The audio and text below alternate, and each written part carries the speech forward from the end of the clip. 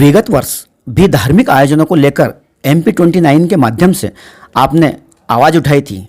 इस वर्ष आपका क्या कहना है? विगत वर्ष भी चूँकि कोरोना महामारी थी, पूरे देश में कोरोना महामारी फैली हुई थी, उसी के अंतर्गत कोरोना गाइडलाइन के अंतर्गत शासन प्रशासन नहीं चाहता था कोरोना फैले, हम भी नहीं चाहते थे कि कोरोना फैले। उसके अंतर्गत धार्मिक आयोजनों को किया जा रहा था, धार्मिक आयोजनों को निकालना था। विगत वर्ष भी यही परेशानी आ रही थी जो इस वर्ष आ रही है। चूँकि कोरोना से जूझते जूझते हमें डेढ़ पौने 2 साल हो चुके हैं। पहली लहर बहुत ही कम नुकसान पे गई, दूसरी लहर बहुत ही भयावह रही, जिसमें मौतों का आंकड़ा भी नहीं रहा। और ये स्थितियां हो गई कि मैं सोचता हूं कि हर एक गोर छोड़कर किसी न किसी का व्यक्ति का नुकसान हुआ है। तो धार्मिक आयोजन जो होते आ रहे हैं, धार्मिक आयोजन जो चल रहे हैं, उनको कोरोना गाइडलाइन के माध्यम से किया जाना कोई गलत नहीं है। पर चूंकि सिर्फ और सिर्फ धार्मिक आयोजनों पर ही कोरोना की गाइडलाइन का लागू किया जाना गलत है।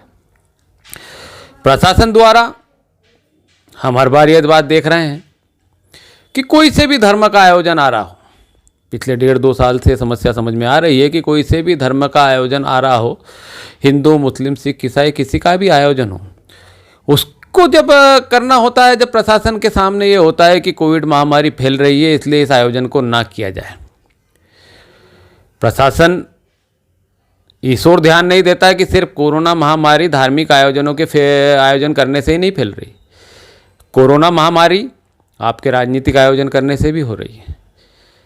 पर किंतु इन राजनीतिक राजनेताओं का दबाव इतना होता है कि वहाँ पर चाहे जितनी भीड़ इकट्ठी की जा सकती है और भीड़ इकट्ठी की जाती है और उन आयोजनों को किया जाता है, उस पर रोक भी नहीं लगाई जाती और किसी तरह का कोई प्रकरण भी नहीं लगाया जाता है और उन आयोजनों को बहुत ही सफलतापूर्वक कराया जाता है, वो किसी भी दल का आयोजन हो। मैं एक दल की बात नहीं कर रहा, यहाँ मैं बात कर रहा हूँ श्री धर्म स्थान रक्षक मंडल के सचिव होने के नाते। यहाँ अभी हमारे मुस्लिम भाइयों का त्यौहार है, मुहर्रम पर्व है। मुहर्रम पर्व मुस्लिम भाइयों के लिए इतना महत्व नहीं रखता, हिंदुओं के लिए भी महत्व रखता है। मुहर्रम ताजिए जो सरकारी ताजिया बनता है, उसके नीचे से हिंदू अपनी मान रखते हुए निकलते हैं और उनकी जो भी उनकी सोच होती है, जो भी उनकी मान होती है, वो पूरी होती है। इस आस्था के साथ उस पर ताजिए के साथ रहते हैं और ताजिए के साथ निकलते हैं।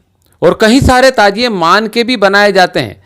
कहीं ना कहीं मुहर्रम का पर्व भी एक बहुत ही अपने आप में महत्व रखता हुआ पर्व है। इसके बाद हमारे छबीने आना है, धारनाथ बाबा का छबीना निकलना है, जो ऐतिहासिक होता है, जो उज्जैन ओमकारेश्वर के बाद ही धार में निकलता है और कहीं पर भी नहीं निकलता है। तो मेरा शासन से ये अनुरोध है कि जब ये आयोजन, जब आपकी राजनीतिक रूप से जो आप भीड़ इकट्ठी होती है उस पर आप किसी तरह का अंकुश नहीं लगा पाते, तो इन आयोजनों पर अंकुश क्यों लगाते हैं? अरे भाई ज़्यादा नहीं, हम समझ सकते हैं कि समाज का कार्यक्रम है तो हजारों की संख्या में भीड़ इकट्ठी होती है, पर हम भी समझ रहे हैं, हम भी जनता से अपील कर रहे हैं, जनता भी इस बात को समझ रही है कि कोरोना महामारी है जिसका कोई भी किसी भी तरह से रोक पाना मुश्किल है, हॉस्पिटलों में जगह नहीं मिल रही है। उसको ध्यान में रखते हुए कम से कम 50-100 लोगों की अनुमतियाँ दी जाएँ और उन अनुमतियों के साथ इन धार्मिक आयोजनों को करा जाए, इन धार्मिक आयोजनों को रोका ना जाए। भले वो हिंदू का हो, मुस्लिम का हो, किसी भी धर्म का हो, हर आयोजन को रोकते हुए उनमें 50 लोगों की 50-100 लोगों की अनुमतियाँ दी जाए और उसके अंतर्गत उस कार्यक्रम को चलाया जाए। क्योंकि ये तो परंपराएं चली आ रही हैं, बरसों से ये परंपराएं हैं, ये आयोजन चले आ रहे हैं। और कोरोना महामारी जो है, कोरोना बीमारी जो है, अभी जाती नहीं दिख रही है। आपके वैज्ञानिक, आपके बड़े बड़े राजनेता, आपके बड़े बड़े अनुभवी लोग कह रहे हैं कि आज ये दूसरी लहर आ रही है, तो कल तीसरी लहर आएगी, तो परसों चौथी लहर आएगी, इसकी पता नहीं कितनी लहरें आएंगी, तो क्या अपना जनजीवन अस्त व्यस्त कर लेंगे? जब हमें इसके साथ ही जीना है, जब हमें इसके साथ ही रहना है, तो हमें सबको, सिर्फ प्रशासन की ये जवाबदारी नहीं है, जनता की भी जवाबदारी है कि अपने को उसको ध्यान में रखते हुए, अपनी सुरक्षा करते हुए, कोरोना गाइडलाइन का पालन करते हुए, मास्क लगाते हुए, सैनिटाइजर का उपयोग करते हुए, एक व्यवस्थित दूरी बनाते हुए इन सारे धार्मिक आयोजनों को किया जाना चाहिए। और मेरा प्रशासन से, शासन से यही निवेदन है कि इसमें एक सीमित संख्या में अनुमति दी जाए और इन आयोजनों को किया जाए। और अन्यथा अगर आप इस तरह की त्रुटियां करते, जिस तरह से हमारा 15 अगस्त स्वतंत्रता दिवस मना, अमृत महोत्सव था, 75 वर्ष हो गए स्वतंत्र हुए को, कोरोना गाइडलाइन का आपने उल्लेख करते हुए, उसका पालन करते हुए उस कार्यक्रम को छोटा कर दिया, जबकि आपके पास ग्राउंड भी पर्याप्त थे, दूरियां भी पर्याप्त थी और उसको अपन आराम से मना सकते थे। जब हम हमारे देश के इतने बड़े महान पर्व को एक बीमारी के कारण छोटा कर सकते हैं, तो फिर राजनीतिक कार्यक्रमों को भी आपको अंकुश लगाना चाहिए।